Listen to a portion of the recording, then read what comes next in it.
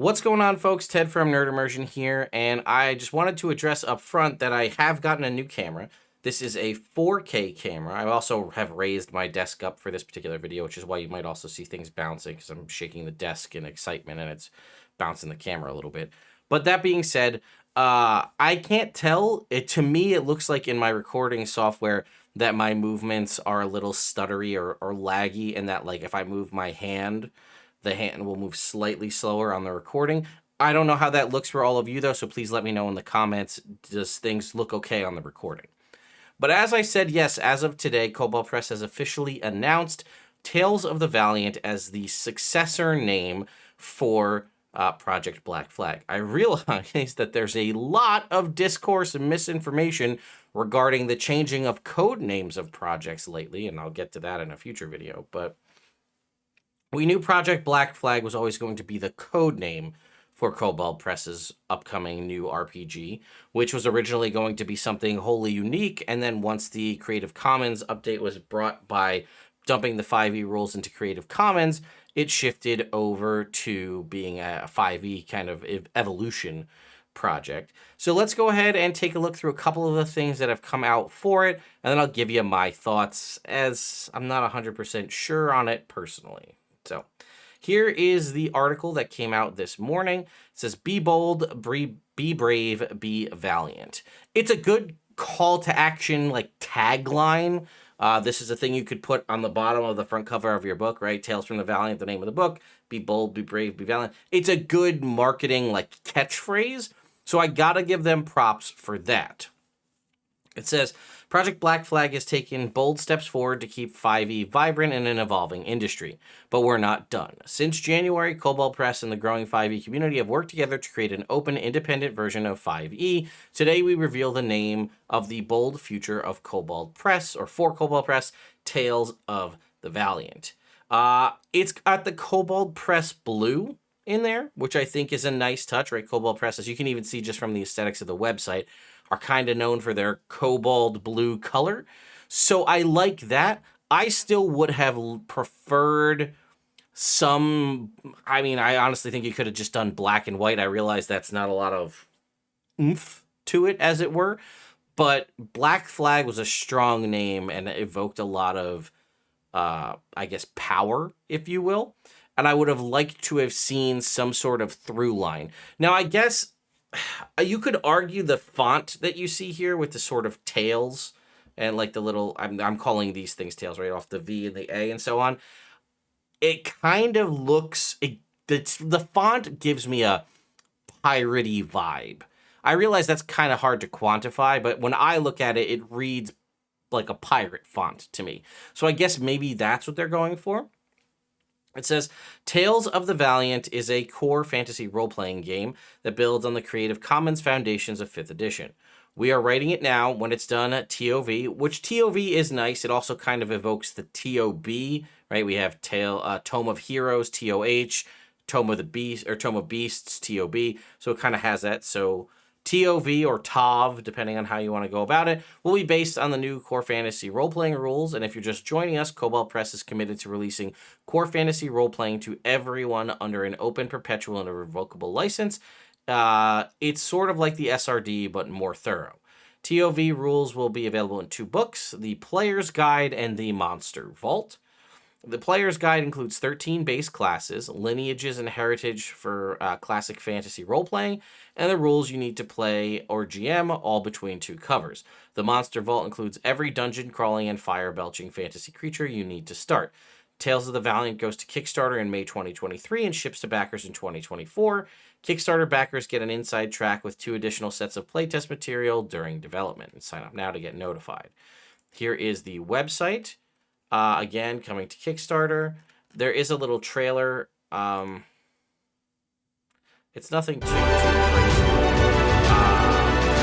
But, like, I do it like this that we have, right? Which is this sort of the bannerman or banner person that we've seen that was holding the Black Flag throughout the entirety of it. And then it tails the flag. But and then we have the save of the Kickstarter. I'm assuming this is going to be the front cover of one of the books. I mean, it's got a red dragon with like looks like a lich or something on it, breathing fire. I'll be honest with you, this kind of evokes Pathfinder art vibes in my mind. I don't know. Um, but yeah, there you have it. That's kind of where we're at. So let's talk about my thoughts. All right, so Tales of the Valiant. I'm sure they couldn't use Tales because or Valiant. I think both of those are copyrighted, whether it be for a video game or something else. I still would have liked Project Black Flag. I mean, you probably aren't going to call it Project because it's, maybe like Black Flag role playing would have been a cool thing. I don't know. Maybe it's just too much. And I've with all the stuff I've seen with 1D&D and all that, I understand that people get very defensive and very irritated about name changes and shifting from playtest names to final names. Again, I lived it. The Nintendo Revolution being changed to the Nintendo Wii was a big, I had a big issue with that, as did many gamers at the time. Revolution just sounded so cool. So Tales of the Valiant. It doesn't sound like a system to me. Maybe I'm wrong. But hey, what are you playing? Dungeons and Dragons. Hey, what are you playing? I guess if Monster of the Week is a game, Tales of the Valiant could be a game. Maybe I'm just being a little too overly critical. I don't know. It just, like I said, Project Black Flag had such a gravity to it because of what it was and what it represented at the time.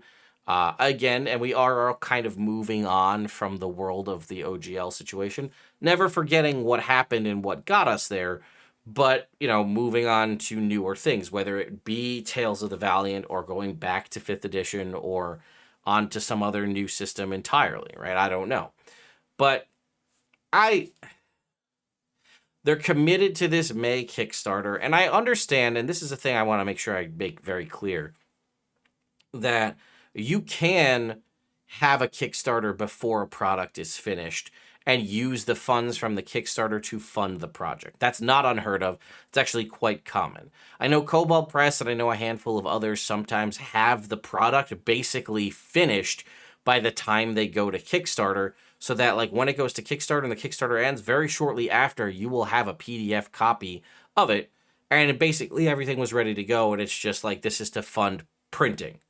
Whereas the Kickstarter is going to be here to fund the production and going forward, because we only will have, possibly by the time May comes along, 5 playtest packets to look through, as opposed to, more than that. I'm still going to stand by, I think a fall Kickstarter date would be better to incorporate all of the playtest feedback that you'll get from the people playing at Gen Con. Just my personal opinion, right? Cobalt Press is like the king of Kickstarter, right? They've done this a ton. They've been doing this for years. They know it infinitely better than I ever will. And if this is what they think is the best move, then I'm going to put my faith in them. Now, proof will be in the pudding on this. What do we see when we get the next couple of playtests? Things have kind of been differing levels on the reception for this. Some aspects were really good. Some weren't thought about, seen in such a high light. That's not what I meant to say. But anyway, you know what I mean. Some things were received well, some things were received poorly. Again, it's playtest. That's kind of what you're going for. But a lot of people, I think the biggest thing I've seen is that it feels real conservative. It feels very much like 5e. Now, their Monster Vault, I don't think it says it here, but I'm assuming based on the fact that we're basically going through and adjusting everything in the player's handbook, I assume the Monster Vault will essentially do the exact same thing, but with all of the SRD monsters contained in, in the SRD. Reminder that this has to be built off of the SRD for the safety of not having to worry about the open game license. It does say it includes 13 base classes, which means you're going to get at least the 12 contained in the SRD, which is everything in the 2014 Player's Handbook. And are they going to do a 13th that kind of fits into the Artificer slot, but be something unique to Cobalt Press? That's what I'm assuming. We know they're doing the concept of lineages and heritages, which is their sort of replacement for what was 2014 PHB's Race, which kind of talks about what is the biology versus what is the upbringing. And I like that they're mix and match, and I like that system quite a bit.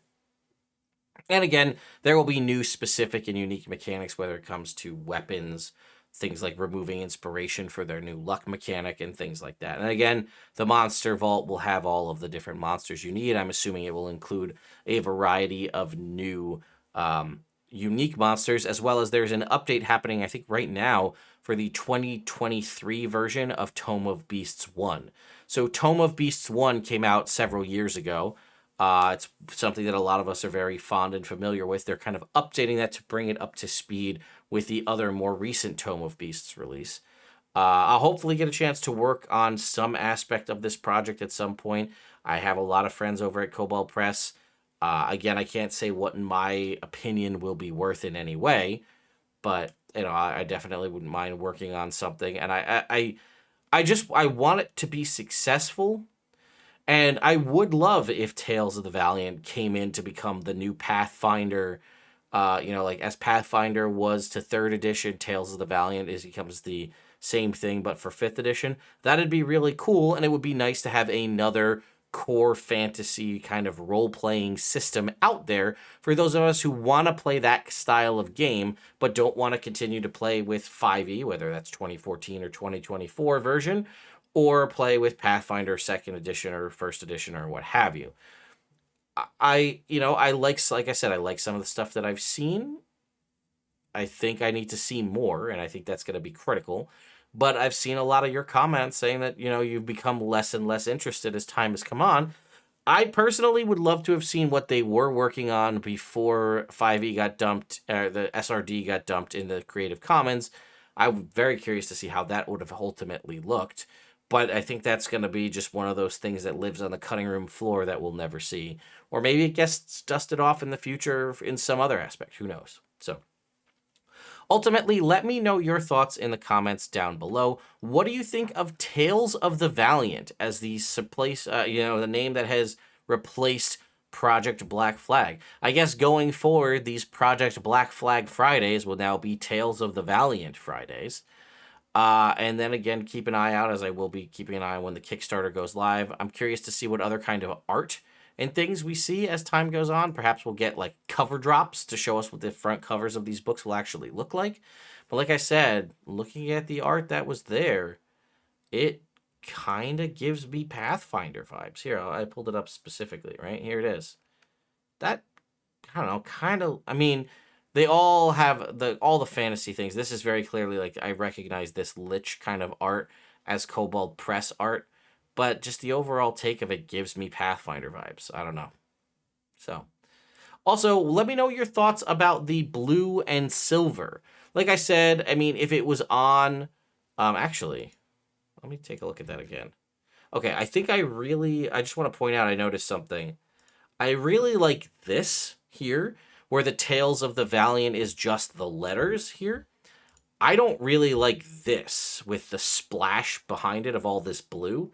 That looks I don't like that. That's just a personal opinion. If you're gonna do like this blue kind of filling in all that area, I would have loved if it looked like a flag, because then it's like an homage to Project Black Flag. So like I have here, where is it? Ugh. It's funny. I finally got one of these flags. And now the name changed. So if we were to take a look at this, right? So you see how the kobold is on the black, it's on a field of white, and you have that kind of, I want to make sure you can hear me, the white sort of flag that the kobold silhouette is on. If you stretched out that flag and made it what the blue is behind here, that I think, I don't know how it would look, right? And I'm not an artist, so, forgive me.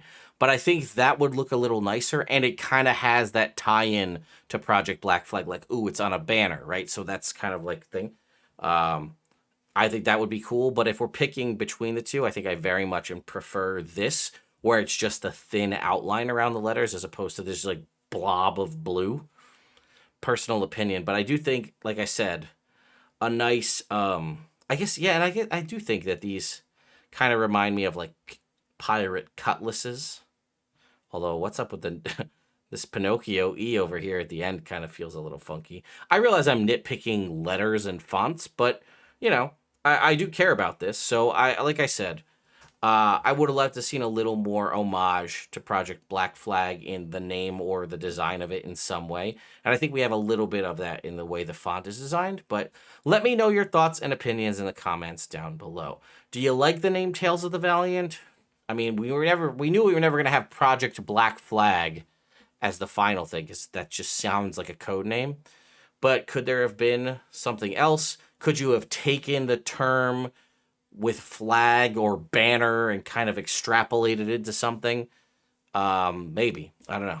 Anyway, let me know your thoughts and opinions. I've said this like 4 times in the comments down below, and I'll see you all next time.